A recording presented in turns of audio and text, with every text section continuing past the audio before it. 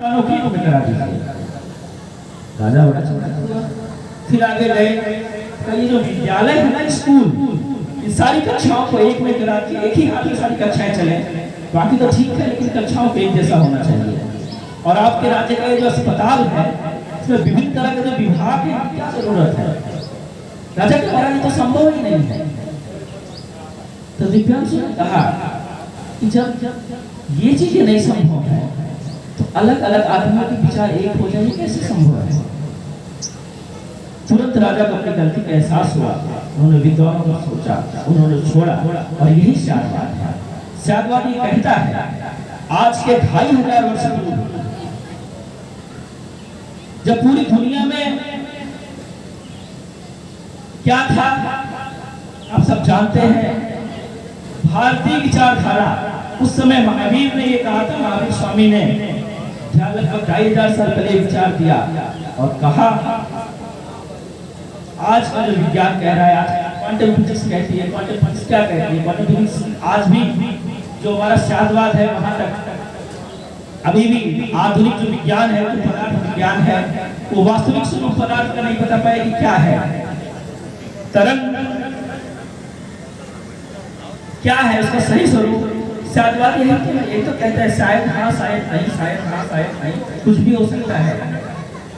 वो 2500 वर्षों में भारत का एक व्यक्ति जिसने ये विचार दिया, और आज अगर इस विचार पे हम मानते हैं, इस विचार को चलते हैं, तो दुनिया की जो समस्याएं हैं किस तरह से समाप्त हो जाएंगी। जब हम देखते हैं, क्योंकि ये जो विचार है शादवाद का, लंबी लंबी कहानियां, इसमें कई उदाहरण, अभी हाथी का उदाहरण हमारे आदरणीय आईजी साहब ने दिया ही था।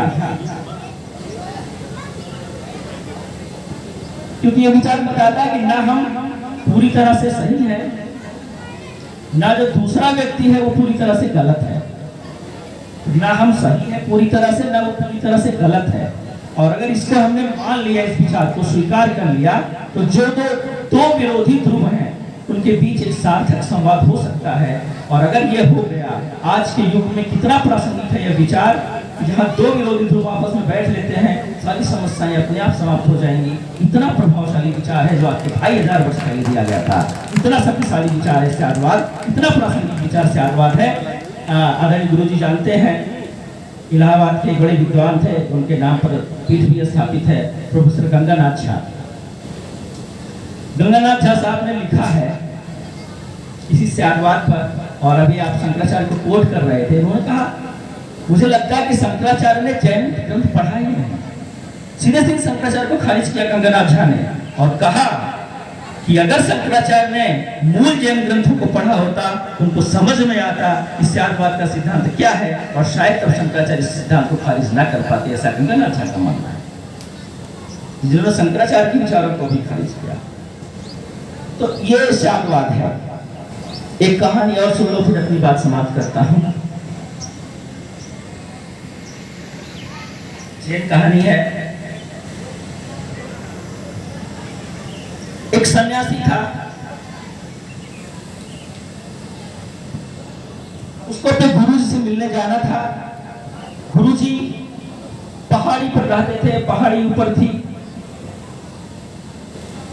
शिष्य पहुंचा तो शाम हो गई, पहाड़ी दूर है, गुरुजी का घर दूर है, शाम हो गई है, उस पहाड़ी पर चढ़ना है, जाना है।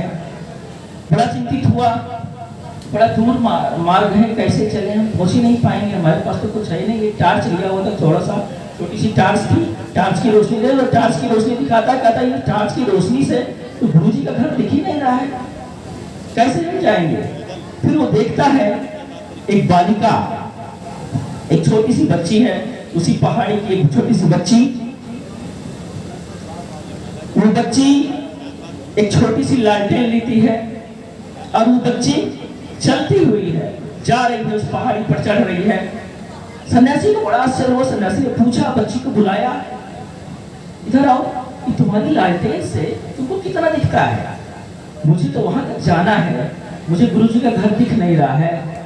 वो छोटी सी बच्ची हंसी।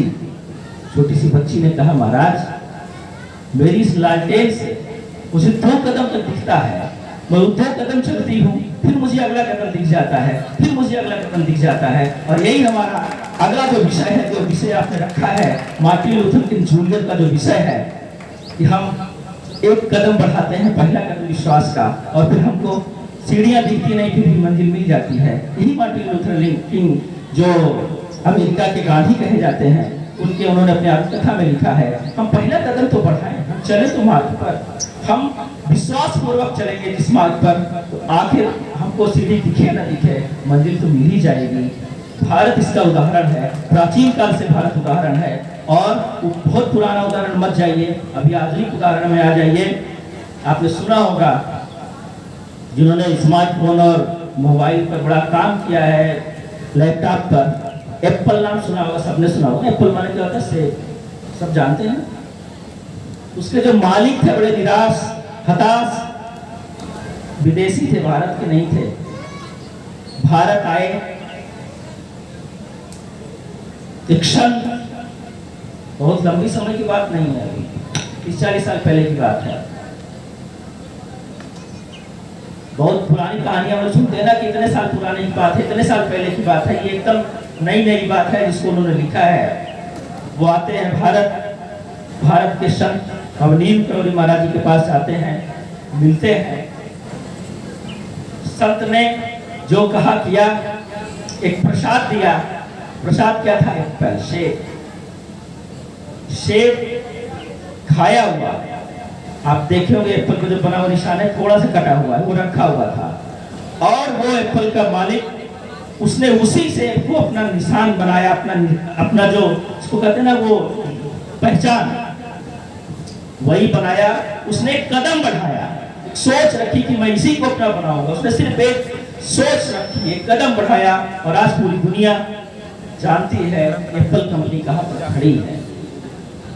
एक निराश व्यक्ति, हताश व्यक्ति भारत आता है, यहाँ से प्रेरणा लेता है, अपना एक कदम बढ़ाता है और दुनिया में नंबर 1 हो जाता है। इसलिए जरूरत है हम कदम तो बढ़ाएं, अपने आप एक बार एक कदम कहीं से बढ़ जाएंगे तो मंजिल तो हमको मिल ही जाएगी। इस तरह से बहुत से उदाहरण हैं, क्योंकि समय बहुत ले लिया है मैंने, गुरु जी को इलाहाबाद तक जाना है, और इसलिए बहुत बहुत धन्यवाद, बहुत बहुत आभार आप सभी के प्रति, बहुत बहुत धन्यवाद। इसी क्रम में उत्तर प्रदेश के विख्यात सर्जन